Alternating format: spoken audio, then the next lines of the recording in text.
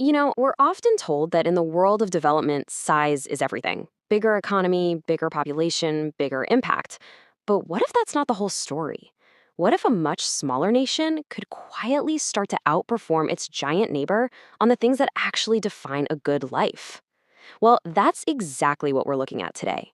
We're talking about India, a global powerhouse, and Bangladesh, a country 28 times smaller.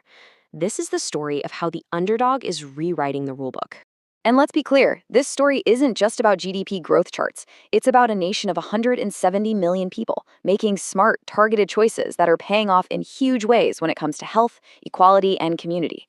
So, for anyone out there studying social policy, the data coming out of Bangladesh is, well, it's a fascinating and maybe even a surprising model for what's possible. So here's how we're going to break it all down. First, we'll look at a really surprising scorecard of human metrics. Then we'll dig into the specific wins in health and sanitation. After that, we'll explore what's been called the gender equality engine. We'll also compare the social fabric of both nations. And finally, we'll wrap it all up with a complex final verdict. All right, let's dive into our first section, a surprising scorecard. To really get what's happening, we have to look past the economic headlines and focus on the fundamentals, the things that measure actual human well-being. Let's start with the most basic metric of all, life itself. According to UN projections for 2026, the average person in Bangladesh is expected to live almost 3 years longer than the average person in India. And it's not just about living longer, it's about living healthier. Bangladeshis also enjoy about 5 more healthy years of life. I mean, that is a profound difference in a person's quality of life. And that leads us right to the UN's Human Development Index, the HDI. It's that big score that combines life expectancy, education, and income. And as of 2025, something pretty remarkable happened. Bangladesh officially caught up to India. They're tied. For a country that started so much further behind, closing that gap is honestly a massive achievement in the world of development. But, okay, development is one thing. How is the wealth from that development actually being shared? To figure that out, we need to look at something called the Gini coefficient. So just as a quick reminder, this is what measures income inequality. A score of 0 means perfect equality. Everybody gets the same slice of the pie. A score closer to 1 means just a few people have all the wealth. You always want a lower score. And here, the numbers tell a really crucial part of the story. Bangladesh's Gini score is quite a bit lower than India's. This tells us it's not just about growth, it's about inclusive growth. The economic progress is being spread out more evenly across the population, and that builds a much stronger foundation for a society. All right, Section 2, Health and Sanitation wins. So the big question is, how did Bangladesh do this? Well, a huge piece of the answer lies in these fundamental wins in public health, kind of the unsung heroes of development that create a healthy, productive society from the ground up. One of the best ways to judge a nation's health is to see how it cares for its youngest citizens. And on this front, Bangladesh has made incredible progress, achieving a lower child mortality rate than India. The Global Hunger Index even gives them a shout out for their significant progress in child nutrition, which is a direct result of smart, targeted public health policies.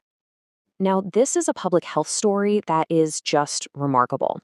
In basically one generation, Bangladesh went from over a third of its people practicing open defecation to practically eliminating it. And this is a really sharp contrast with India, where even after spending billions to build toilets, usage in rural areas is still under 50%. It's a powerful lesson in how to actually create social change that sticks. And this isn't just a one-time success story. The progress is continuing. Basic sanitation coverage is on track to hit 66% in 2026, and the trend is just going up and up. For any policy student, the key takeaway here is that this wasn't just some campaign. It's a sustained, systematic upgrade of the country's public health infrastructure. Okay, on to Section 3, the gender equality engine. This gets us to what a lot of experts believe is the single most important factor behind Bangladesh's success. Its laser focus on empowering women. And as we're about to see, this isn't just about doing the right thing, it's an incredibly powerful engine for development. Just look at these numbers from the World Economic Forum. They're staggering. Bangladesh ranks 47th in the world for gender equality. India's way down at 127th. An 80-place gap. That's not just a statistic. It represents a completely different philosophy of development. It's maybe the single biggest policy difference between these two countries. So, what is powering that incredible ranking? Well, check out these figures. Almost 43% of women are in the workforce. Female school enrollment is at an unbelievable 98%. Now, you combine that with a median age of just 28, and you literally have the perfect recipe for a dynamic, educated, and ambitious workforce that is changing the entire country. All right, section 4, a diverging social fabric. So, beyond the data points, a country's long term health really depends on its social cohesion, how people get along, and how minorities are treated. And in this area, we see another really critical split. Now, the sources for this explainer point to a concerning trend in India. Reports from human rights groups in 2024 and 2025 recorded over 950 hate incidents, 17 minority killings, and even state ordered demolitions of Muslim homes without any court oversight. And maybe most telling, only a tiny fraction of these incidents were ever formally investigated by the police. This summary, based on the Human Rights Watch 2025 report, really puts the contrast in state policy in black and white. It's a very stark difference in the documented official approach toward minority communities. And you can even see this divergence pop up in measures of social connection. It's fascinating. According to the World Happiness Report, Bangladesh ranks an incredible 11th in the entire world for the likelihood of people helping a stranger. By contrast, India ranks way down at 123rd for the broader measure of social support. This suggests that community-level bonds might just be stronger in Bangladesh.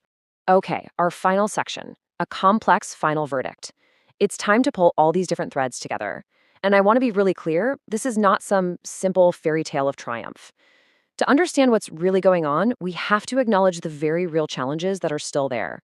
So, after going through all of the data, what's the final verdict here?